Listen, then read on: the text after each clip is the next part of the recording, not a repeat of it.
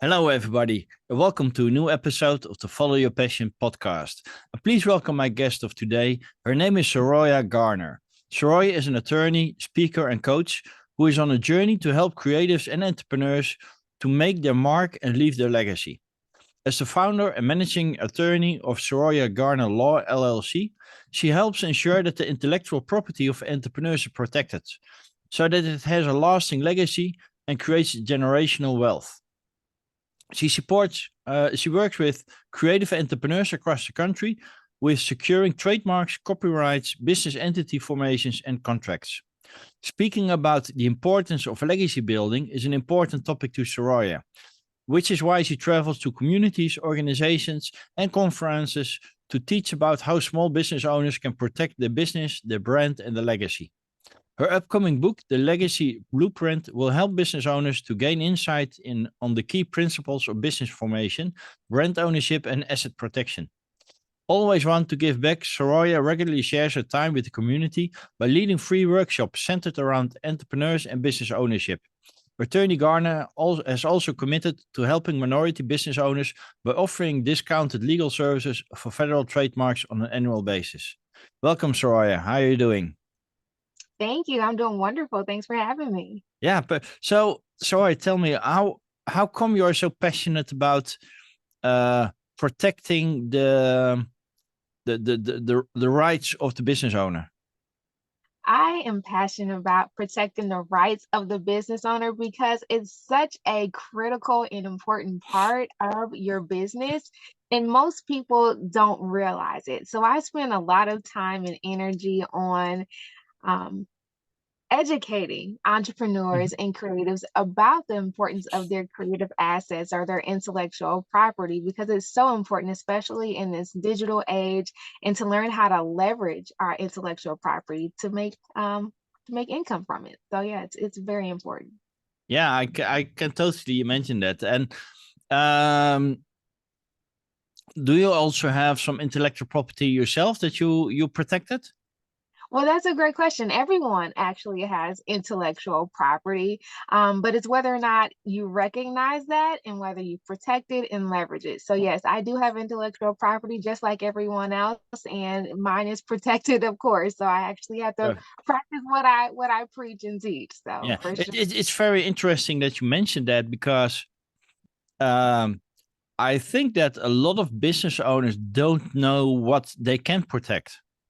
So Yeah. I guess there's a very big challenge for you to make them aware of that. Yeah, actually that's very true. It takes a lot of time to go out and just educate and make business owners aware of what IP really is in the first place. So IP is essentially creations of the mind. It's anything that you create and you can see, touch, or feel it. So if you've got an idea and you bring it into fruition, that is intellectual property. A business name was once an idea, but you brought it to fruition. So that is intellectual property. There's a huge gamut of items and assets that would be considered intellectual property, but we just have to take the time to sit back and understand what that looks like in our everyday business. Yeah. Well, very interesting because I created my own coaching program, my signature program back in 2021. And I wanted to register that as intellectual property as well. Yet the authority that should how do you say should register it, it Mhm. said it was too I'm not sure what terms they use because it's all jargon to me, but Yeah. it was like it was too general. You know, I've got my coaching program, which is called the Profitable Passion Program, and it Mhm. consists of five modules, and they all start with a P, and there's all a meaning behind it. And I wanted to register the whole package, so to speak. I even have a sign for that, and they said you can't register it because it's too general.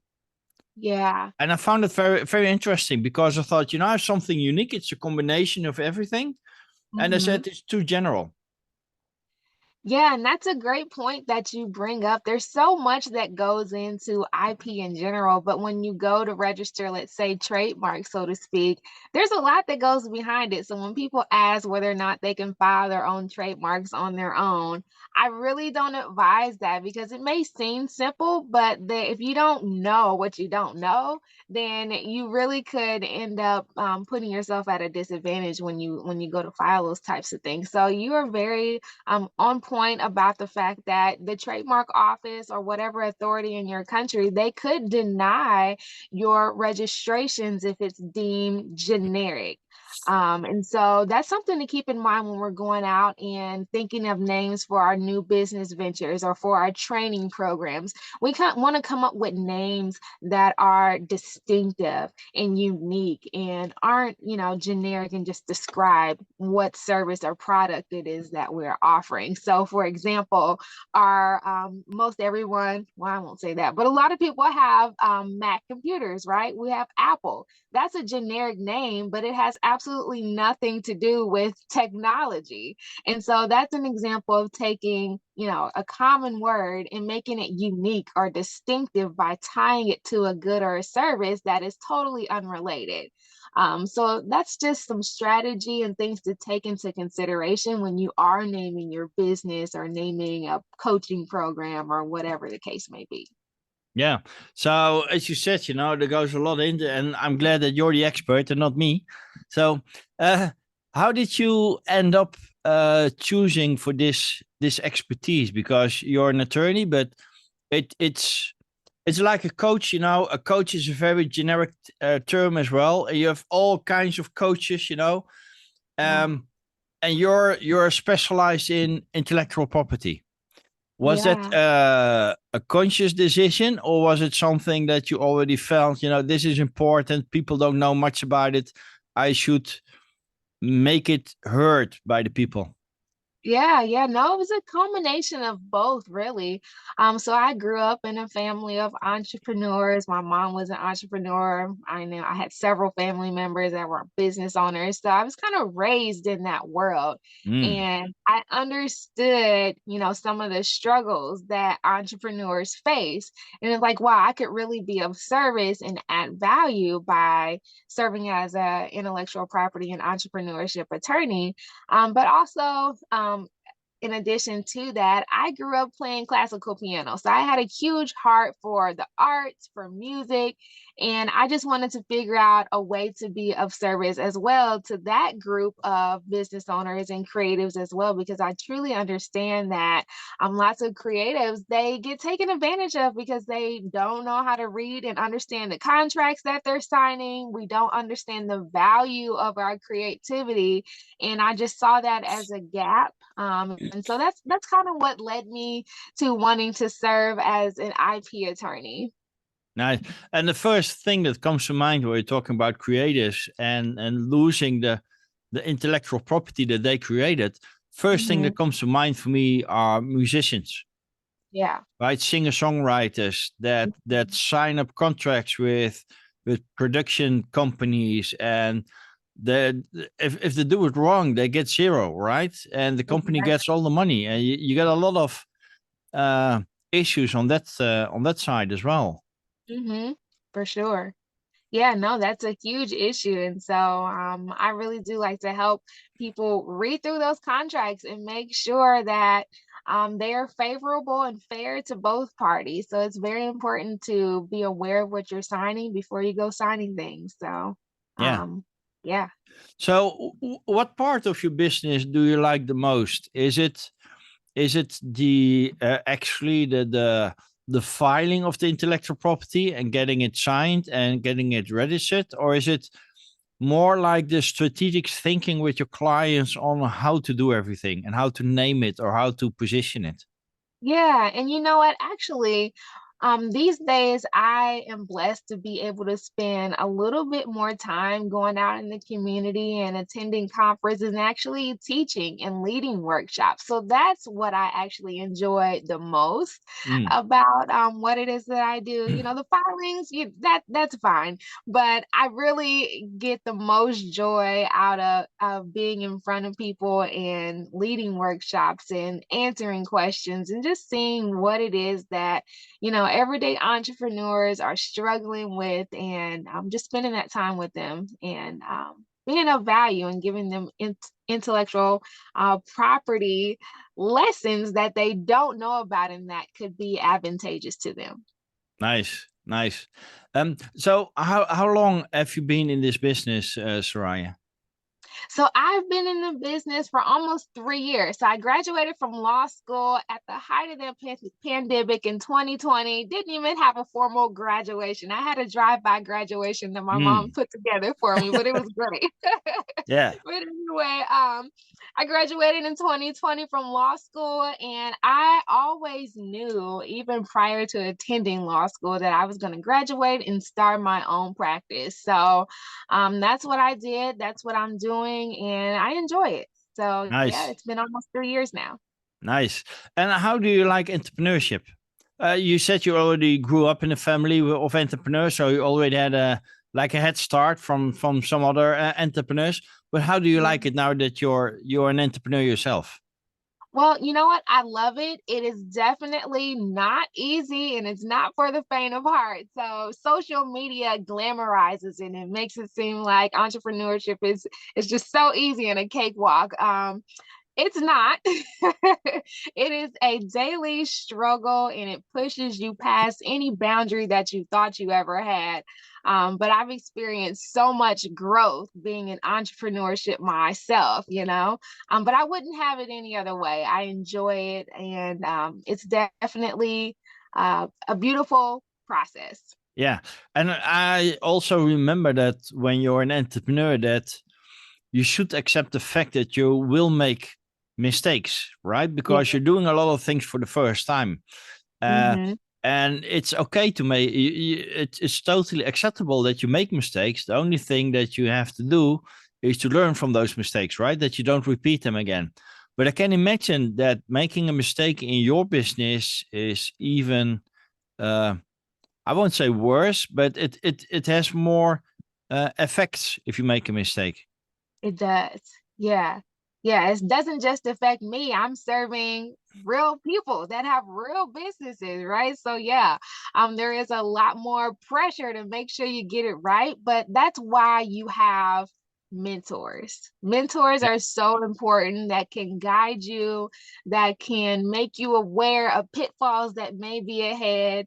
I definitely wouldn't be able to do this alone, working in a silo. So having mentors around is definitely it's crucial. It's very important, not just for me, but for any business owner or person in general. So I definitely value that mentorship that I do have, but also just having a relationship with clients and not just treating them as another case file, right? They are real people, and to have a relationship, and if a mistake does come up, which, usually I've never really had any detrimental mistakes, but if there are any minor mistakes, usually I work with wonderful people and they're gracious if that were to be the case. But um yeah, we can't be afraid to make mistakes and to just get out there and jump in. Yeah, and also one thing that you didn't mention it so explicitly, but also um, you have to be able to ask for help, right? Yeah. And what you just said, that having a mentor is very important, or having a Mhm. coach, or having somebody that can help you, because we all have blind spots, right? And we don't see them ourselves. That's why they're called blind spots, of course. But it helps if there's somebody that can make you aware of those and help you get over them, or at least how to deal with them. Um, Mhm. what's your experience with people around you about asking for help? Do you think it's difficult for them, or does it come easy? Well, of course, I have those that it is easy for them to ask for help, and then others it may be a little bit more challenging. And I, at one time, and maybe even still a little bit, have challenged with asking for help sometimes. And we have to get over that, right? Like I said, we can't operate in a silo and do it all by ourselves. So you may feel like you're being a burden or bothering someone when you're reaching out and asking for their time to help you, but you just go for it. You have to get over yourself and realize that it's bigger than you. So ask for help, and most people, they want to help, they want to give back to you, and so yeah, Yeah, we definitely. need to do that. Yeah. Yeah, and it's I'm from the Netherlands, so our culture is a bit different than from the United States and overseas, so to speak. For instance, if in the United States a business owner goes bankrupt and he starts over again, they applaud him for that, so to speak, right? Because Hmm. he has done it once, he failed, so he learned a valuable lesson, and he won't fail the second time, right? He will do much better. Yeah. While in the Netherlands, we don't speak about it if we would go bankrupt because we are ashamed to mention it because we have failed and it's bad. And that's, Hmm. I think it's the same with asking for help, that a lot of people can feel it like they're not capable, right? Yeah. Uh, and I don't want to ask for, I should be able to do it on myself, right? Hmm. And asking for help is like, it's almost like a bad thing, right? Yeah. Hmm. But you should know that you don't know everything, right? And there are people that have gone through the experience that you're currently experiencing, and asking them how they dealt with that, or if they have any tips or insights or anything, is so valuable that you don't have to struggle all by yourself. Yeah, I mean, you really don't. You have to sit with yourself and just realize that none of us on this earth are perfect. We are not perfect. And even those that are where you want to be, like you said, they have once been in your shoes before. There's no one that knows it all. So don't feel ashamed or beat yourself up or be so hard on yourself, feeling like you have to have all of the answers, and you don't. And that's Yeah, okay. yeah. So don't be ashamed to ask for help when needed. Definitely right, and I always like to look for metaphors. And if you look at the sports environment, right? Mhm. Every top athlete has at least one coach or mental coach or whatever, right? There's nobody reached the top by himself, right? That's very They true. all know that there are others they're able to help them excel and get to achieve the full potential. And Hmm. so why should it be any different in business, right? Exactly. Exactly. Yeah, you're right on. Right Nice. on. So, Soroya,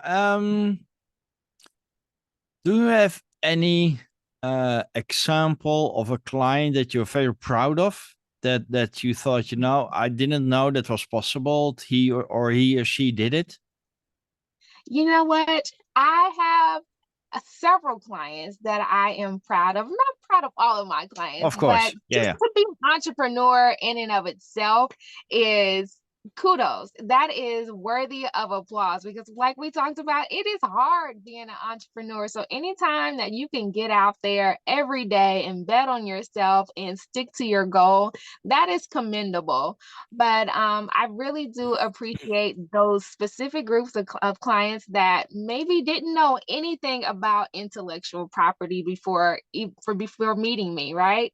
And they learned about it, and it may have seemed foreign to them, but they gathered the information. They realized that it's important to invest in themselves and to learn this area of their business. And then they trusted me to serve as their counsel to protect their intellectual property, and now are moving on and really taking full advantage of that protection and growing their business. And they're able to do so with the peace of mind, knowing that they own their brand, they own their intellectual property and creativity. So I'm really proud of those clients that have had that specific walk. Nice, nice. And I can also imagine that in your business as well, that there's a lot of jargon used, Yeah. right? In contracts, everything like that. And for you, it might be obvious what certain terms mean, right? But it isn't obvious for your clients. So Mhm. how do you deal with that? How are you using metaphors to explain things, or how do you deal with that with your jargon? So I am very conscious about not using legal jargon with my clients because I understand that most people don't know what the heck I'm talking about if I were to use legal jargon. They never heard these words before. And so when you understand that, you can step back and put yourself in your client's shoes, right? And speak to them from that perspective. So many attorneys will walk around using this fancy legal jargon so they can sound bigger than what they are, smarter than what they are. And that's not necessary. So I believe in being humble and operating with humility and just putting yourself in the client's shoes and speaking to them as if you were, coming from their perspective. So I think that's very important. Nice. Now you're gathering all your knowledge and wisdom in a book, right? Yes, yes, How's yes, that? yes. How's that coming along? So it's actually a workbook. I believe that it's not very beneficial to just gain information. We need to implement it, right? In Hmm. order to benefit from it. And Yeah. so I had strategically am working on a workbook so that you can actually gain the information and to take action on it. So I encourage my clients to read it from front to back and to work through it. I ask questions about business formation, and there's different considerations that they need to think about before they actually move forward with officially forming their business. So we have sections on contracts, important contracts that every entrepreneur needs to have in their business. And we just give a breakdown of what those contracts mean, what type of provisions you need to have in there. And it's formed in a way that the everyday business owner can understand. And of course, we're going to talk about intellectual property and have you work through an inventory checklist. So actually sit down and work through this checklist and identify what types of IP exists in your business. So in order to protect it, you must first identify it. And so that's what we encourage in this workbook. And yeah, I think it's a great resource and will be beneficial for sure. Nice, nice. And is it finished already? Is it operational, your workbook, or is it still in progress? Well, it is still in progress. We'll be finished with it here in a couple months. Ah, nice. I think that's a very valuable asset that you have there, Soraya. Yeah, thank you. Yeah. So, what inspired you to create this workbook? Well, what inspires me is being out, going to these conference, to these community centers and speaking to entrepreneurs. Many of them are foreign to the idea of how to properly start a business and what business is even best suited for you. So here in the States, LLC, right? That's extremely common and talked about all over social media, but we don't hear too much about all the other business structures that are available. So I just understand that there's a lot of conversation in the legal aspect that entrepreneurs don't have access to and just aren't aware of. And so I just saw that as an opportunity to be able to be of service and to do so at a rate that is affordable for most people. So a lot of entrepreneurs that I come across that may not be ready to come on as a full service client of mine. So, but they still need the information, and so that's why I provided the workbook so that they can still have access to information that's going to help them, but it may not be at the full investment that's required when you want to be a client. So, Yeah, nice. And yeah, talking about that, in your introduction, I also said that you're giving something back to society, by helping minority business owners. So yeah. tell a little bit more about that. How did you come to that part of your business? Yeah, so I just understand that we have a obligation to be of service to one another, right? We need to be of value to each other. Yep. And so especially being an attorney, it's a privilege. It really is a privilege to have been able to go through law school, to pass the bar, to have my license, and I don't take that for granted. So I recognize that through that journey, I have gleaned a lot of information that most people don't have access to. And so knowing that, I think is very important. And like I said, it is in a sense an obligation to give back. And that's why I am very passionate and committed to doing workshops on a regular. I have 2 this week that I'll be doing before the week's up. So just sharing my time with community groups, and helping them through these conversations about how to legally protect their business is really important, but also an honor. Yeah, I can imagine that. And it's also, um, it's very rewarding knowing that you have information or skills or experience that can help make a difference in another person's life, right? For sure. Absolutely. Yeah. Hmm.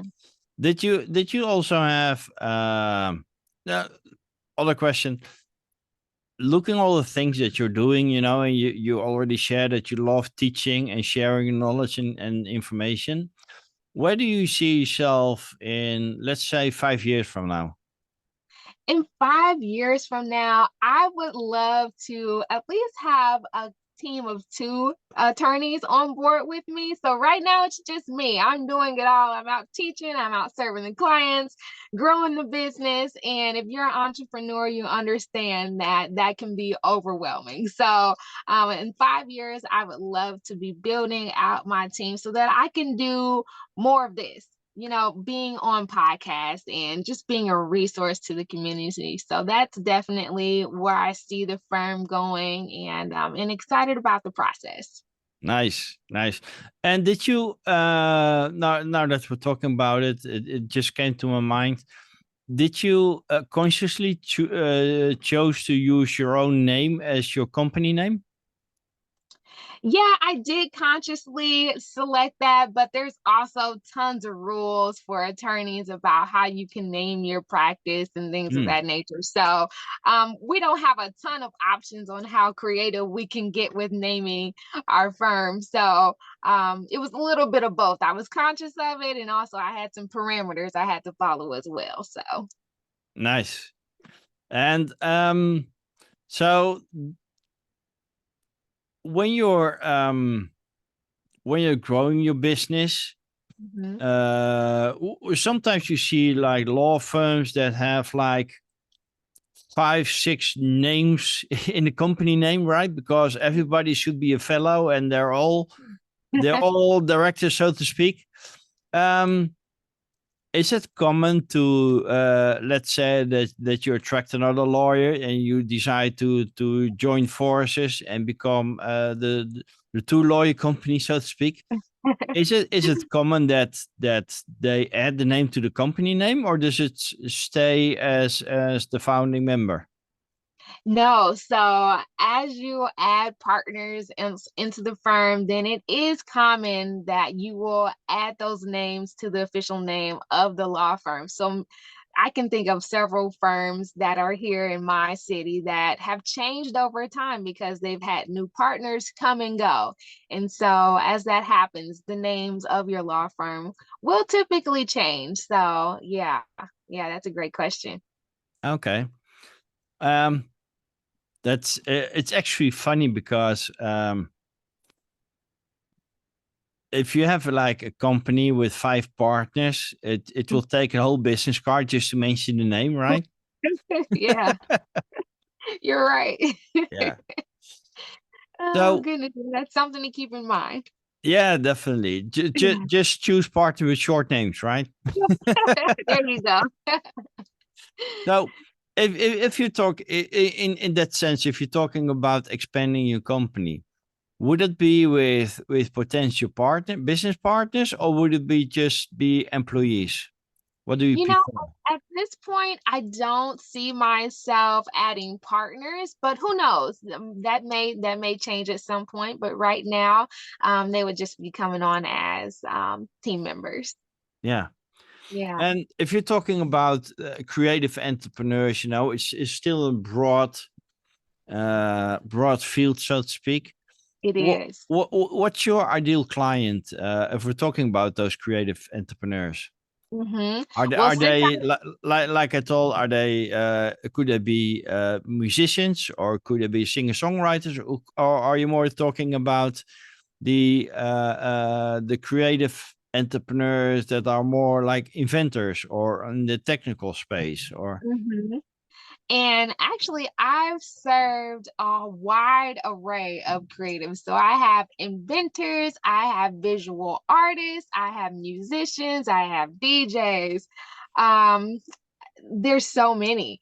But ideally, of course, I do have a heart for musicians. So mm, when we speak about ideally, that's what that kind of looks like. So I would love to serve musicians and protecting their works in that level. But I'm able to be of service to all. So, like I mentioned, I have a wide variety of entrepreneurs and creatives that I serve, and they're in many different industries and have many different skills and talents. So it's fun. It really is fun to talk to these people on a daily basis, get to know them, get to learn about what it is that they're doing in this world and how they're contributing. So it's a really fun job. I enjoy it. I can totally imagine that because you're sitting on the front row of all the new inventions, right? Whether it being an invention or a new song or whatever, right? Yeah.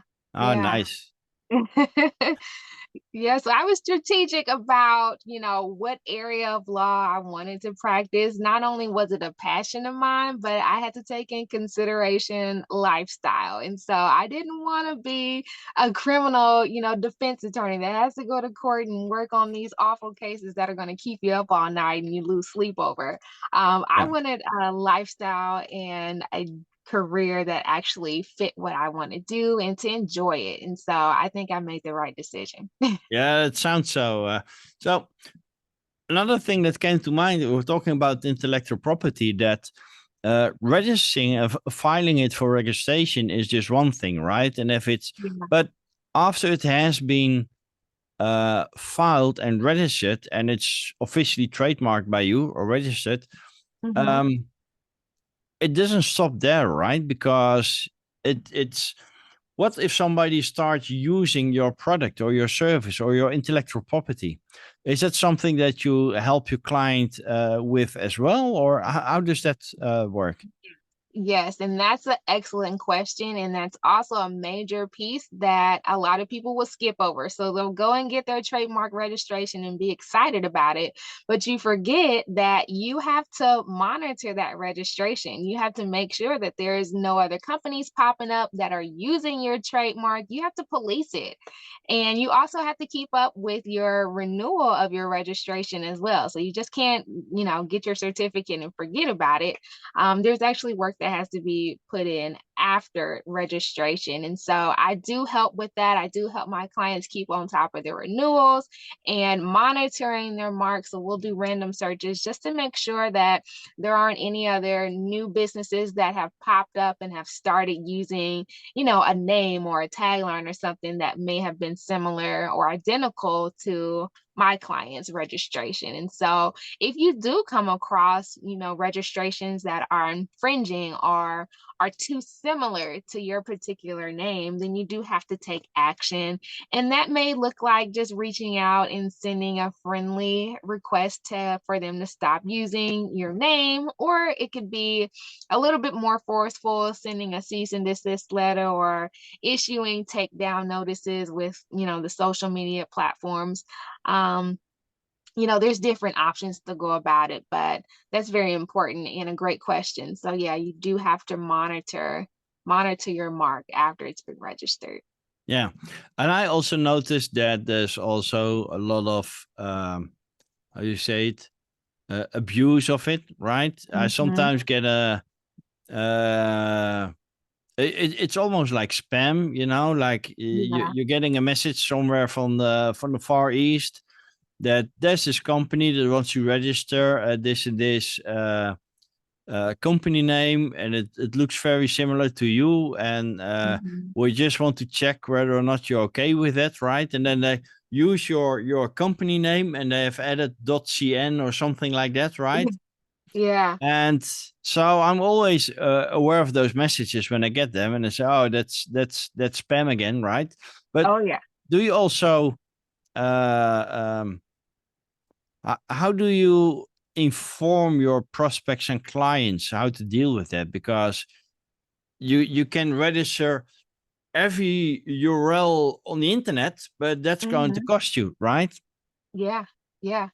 It is going to cost you, but it might cost you even more if you don't. And so you really have to adjust your perspective and mindset about your cost. And so what's more important to you? Making sure that, your intel, your brand is protected, or trying to save a few coins, right? So for most people, if you invested a ton of time and resources, even financially, into building and protecting your brand, then you might as well go on ahead and invest in those additional safeguards in order to make sure that you can rest assured that your brand is protected at the end of the day. So I do advise my clients when they're submitting trademark applications that they also make sure that they have their social media handles, they have their website domains secured as well. Because, like you said, there are a ton of spammers out here and scammers that monitor that stuff, and they'll go out and try to take your domain name or social media handle once they see that you registered or submitted for a trademark registration. So, Yeah, perfect. Um, I think I find it very interesting to talk about the intellectual property and how to deal with that, and I truly think, like you said, that a lot of entrepreneurs out there don't know what kind of intellectual property they have, right? mhm, If you yeah. could share one tip or little piece of wisdom with the audience, about following your passion or entrepreneurship or maybe even intellectual property, what would it be, Soraya? Oh man, I could give tons of tips, but for entrepreneurship in general, I would truly say stick to what you're passionate to and just focus on that. Don't get caught up in those around you that might doubt your dream or doubt your vision. If that has been given to you, if the vision has been given to you, if you're working in your gifts, then you're bound to be successful. So just stay the course. There are going to be hurdles and roadblocks that are presented to you along your journey, but you just have to persevere through it. And at the end, it'll all be worth it. But also to protect your intellectual property because it is one of the most valuable assets of your business. And so I always am going to recommend that you do whatever needs to be done in order to protect that. And yeah. Wonderful. So, if people, due to our conversation, are interested in intellectual property or maybe becoming afraid because they haven't done anything with it, right? Yeah. And they want to know more about you. How can they do that? Where can they find you? How can they can in touch with you? For sure. So I can be contacted via my text line. So you can text SGL to 6666 to get in contact with me. But also, if you just want to have access to tips or information, then you can follow me on social media at Soroya the Lawyer. Nice. And the number you just mentioned, I guess that's for US citizens, right?